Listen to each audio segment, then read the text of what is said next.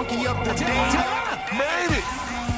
Damn, the hee-haw again.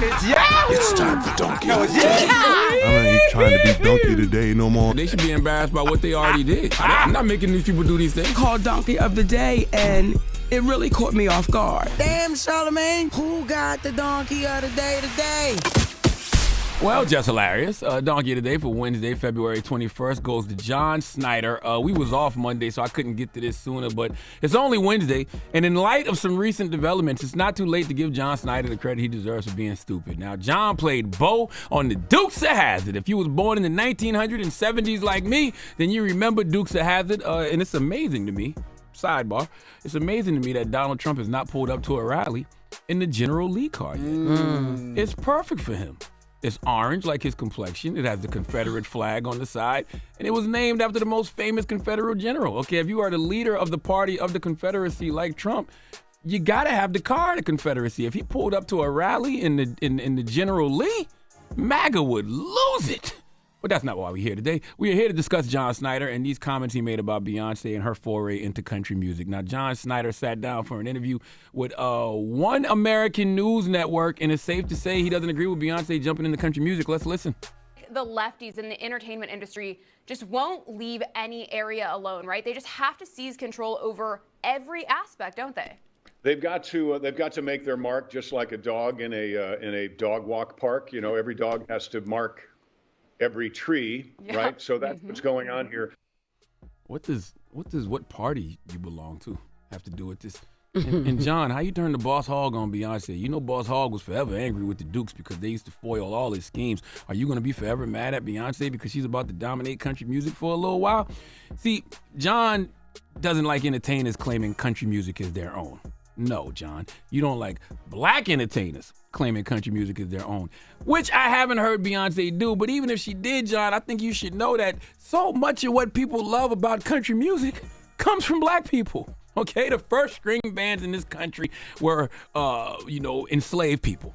That's a fact. Okay, I know we live in a country that doesn't like teaching the truth about its history, but newsflash, America and everyone around the world listening to my voice, I'm about to tell y'all something that most people who read just a little bit know. Most popular music genres were started by black people. Okay, country music in the U.S. began with black people. I know, Charlamagne, you make everything about race. No, I make everything about history. All right, the history that this country keeps trying to erase, all right? The story of country music began with the banjo, okay? The modern day banjo is a descendant of a West African instrument made from gourds called the Akon ting. Yes, Akon ting. Okay, think about Akon and think about him drinking a ting, and that's how you pronounce it. I'm serious, Akon ting. Okay? Just think about Akon, and think about Akon drinking a ting. And that's how you pronounce it, Akon ting. Okay? Now, when enslaved humans were taken from Africa to America, their instruments came with them, right? For 400 years, enslaved people created their own music, all with roots in African music. In the 1840s, the banjo was seen as an exclusively black instrument. It was unheard of for a white person to play the banjo. Okay, must I continue? All right. In the 1850s, minstrel shows became popular. All right, minstrel shows introduced the banjo to white audiences, and then like most things, white people appropriated it and started playing the banjo. So the minstrel shows unintentionally laid the groundwork, the foundation, if you will, for hillbilly music, and hillbilly music would later be renamed country, which became the music of the South. Now, you Caucasians, don't get mad at me, okay, for telling you about history. I'm not making any of this up. Okay, so John, you can't say Beyonce is trying to make her mark in country music.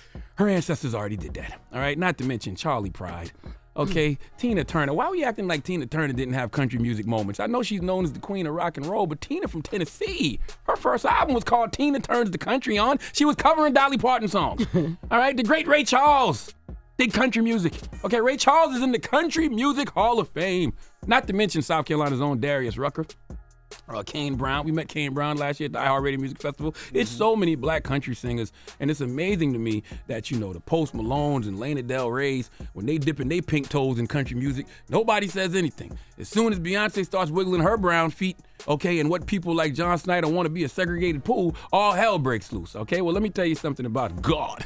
Okay, God will prepare a table for you in the presence of your enemies. See, we all should welcome the criticism. We all should welcome the hate. We should all welcome the naysayers, because in 2024, these algorithms don't know the difference. So when you have someone who is as beloved as Beyonce, Giselle Knowles Carter, and they debut music at the Super Bowl, the most watched television event in American history, when you are already that kind of superstar and you debut music in front of an audience of over 200 million, and the people who love you run to listen, and the people who hate you run to listen, and the people who love you are talking about your music, and the people like John Schneider who want to hate you are talking about your music, all of that makes for a perfect storm that causes you to become the first black woman to top Billboard's country songs chart with Texas Hold'em. Yes, Beyonce has become the first black woman to top Billboard's hot country songs chart after her track Texas Hold'em debuted at #1. Drop one of Clues bombs for Beyonce Red.